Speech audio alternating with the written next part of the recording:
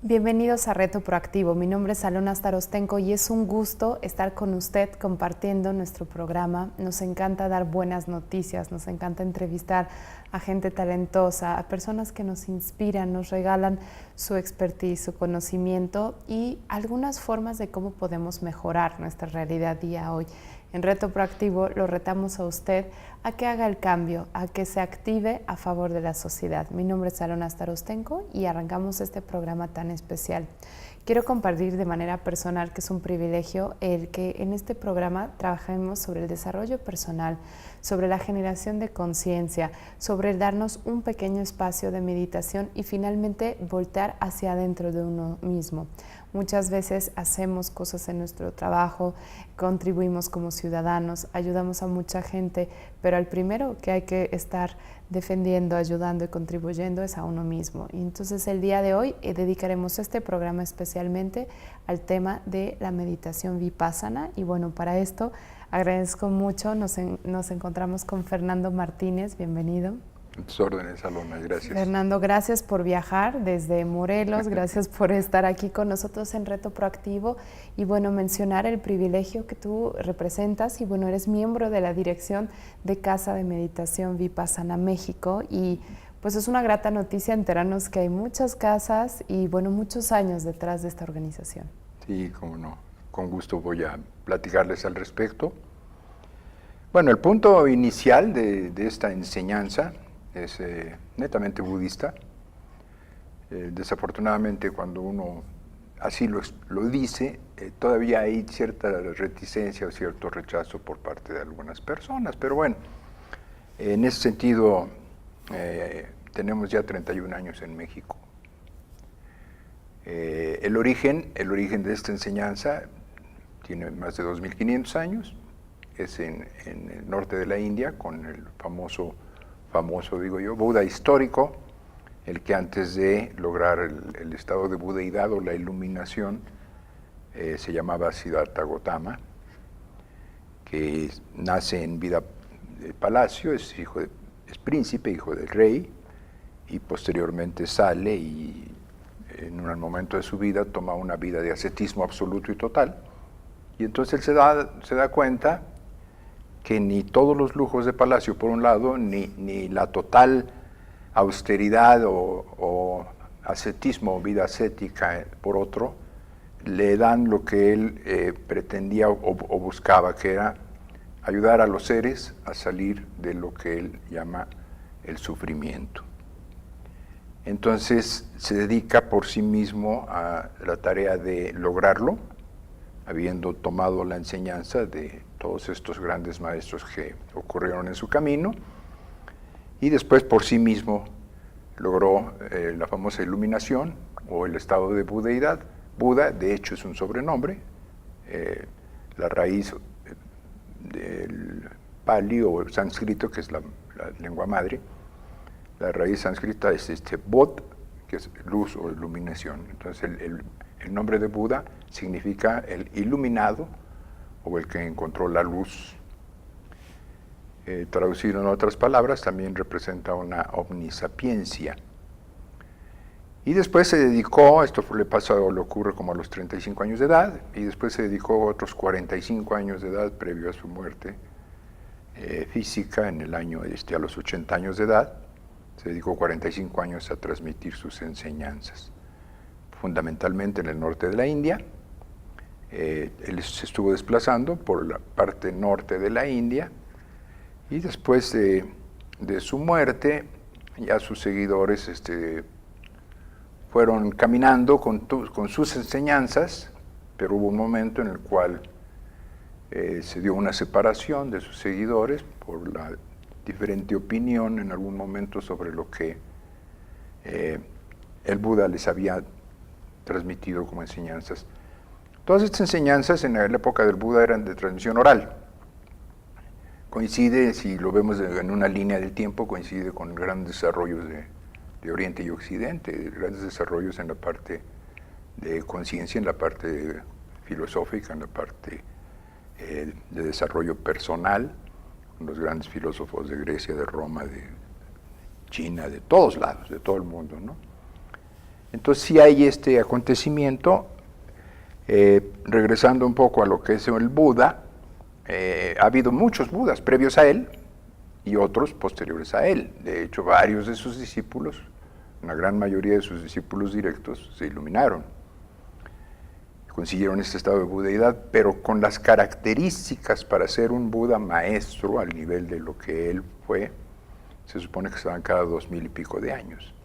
Por ahí se entiende que por ahí podríamos estar esperando pronto un nuevo Buda. Ojalá para el bien de la humanidad. En fin, a este Buda se le atañen las enseñanzas fundamentales del budismo. Los seguidores, aunque se separaron, el tronco común es el mismo, es este Buda histórico. Y el objetivo final de esta práctica de meditación es llegar a ese estado de budeidad. Pero en el camino puede uno ir aprovechando y recibiendo los enormes beneficios de esta práctica. También tenemos que considerar algo importante, por lo menos para nuestra cultura occidental, fundamentalmente de trayectoria o de antecedente judío-cristiano, que no es fácil una enseñanza de este tipo en Occidente, pero que de cualquier forma, qué bueno que hubo, Oriente estuvo muy receloso cuidando todas sus enseñanzas para que no fueran precisamente tergiversadas, etcétera, y por otro lado, el que no veían que hubiera quienes pudieran conservar mejor las enseñanzas que ellos mismos, ¿no?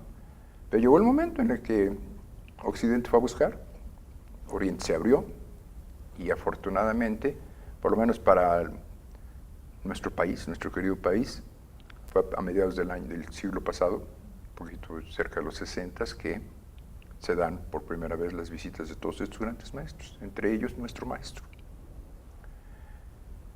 A través de todos estos años, nosotros somos representantes y nuestro tronco inicial es el muy venerable Achan Ton Sirimangalo, que es el maestro de nuestra fundadora y guía, que tuvo a bien recibirla a ella en el año 84, allá en Tailandia. Ella recibió la enseñanza, y en el año 85, invitado por ella, vino por primera vez a México, sembrando así, por primera ocasión, lo que llamamos la semilla del budismo Theravada y la práctica de la meditación vipassana en México. Fuimos en el año 85 el primer centro o casa de meditación propiamente estructurado de la tradición Theravada. Y desde entonces pues está nuestra querida maestra Kun Chakratani, que es un nombre budista que le puso el maestro. El Kun fue un agregado que recibió de la monarquía tailandesa el año pasado, por sus 30 años de estar compartiendo las enseñanzas en el extranjero de Tailandia, donde está la base de nuestro maestro.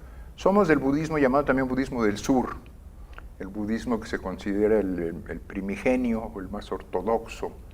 Hablar de más o de menos en las diferentes tradiciones budistas es, no cabe, insisto, todas van a ese mismo fin final, que es ayudarnos a salir del sufrimiento.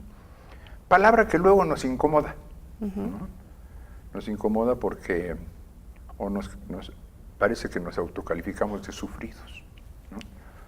Pero yo creo que si la enseñanza del Buda lo tiene en la lengua original en la que transmitió el Buda, que fue el Pali, primo hermano del sánscrito, algo equivalente al latín con el italiano. Se dio el poderlo seguir transmitiendo, el poderlo compartir, el poderlo en forma reservada, en forma... es la tradición Theravada, insisto, es la ortodoxa la que conserva, se supone, los textos más originales. Y Fernando, te escucho y bueno, es una gran noticia. La verdad es que muy poca gente sabe de la historia como tan a profundo y sin embargo pareciera muy reciente, ¿no? El que se abrieran estas prácticas del occidente, del oriente, la unión de los dos mundos. Y tú tocas un punto que me llama la atención, la iluminación. Entonces me gustaría que en palabras sencillas podíamos compartir esto porque muchas prácticas de meditación hablan de iluminación y citan a Buda y creo que es importante como difundir un poco qué es lo que se busca al final del camino.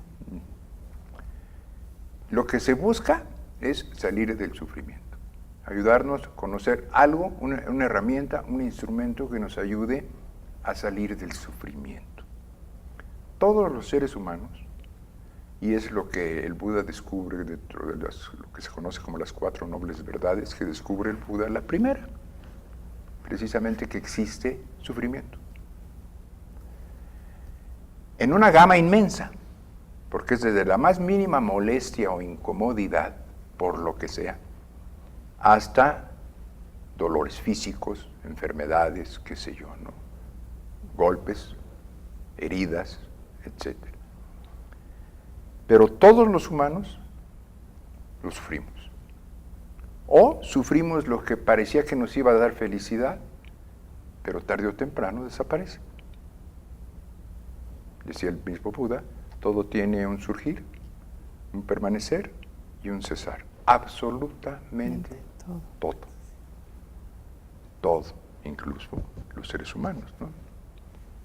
Entonces, lograr ese, o poder aspirar a ese salir del sufrimiento, suena fácil. Suena fácil, pero... Y puede resultar fácil si se hace lo que precisamente nos deja establecido el Buda. El Buda, 4 nobles verdades son que existe el sufrimiento. Segunda, que hay una causa de ese sufrimiento. Tercera, que hay una forma de salir de ese sufrimiento. Y la cuarta es el camino que nos deja como mapa, como guía, para hacerlo y que sea el que nos ayude a salir del sufrimiento. Son lo que se consideran las 4 nobles verdades. ¿Qué te parece, Fernando, que nos vamos a quedar con estas 4 nobles verdades para profundizar brevemente? Regresando de corte comercial, yo los invito a que no se despegue de nosotros, que siga escuchando este tema que es interesantísimo y bueno, conocer un poquito más y lo tenemos en México y démonos la oportunidad de voltar hacia Vipassana y bueno, todos estos eventos que están por llegar a la ciudad de Puebla, a México como país y bueno, recordarles que sintonicen, así como este programa otros, a través de nuestro canal de YouTube Centro Sustenta. Regresamos en breve.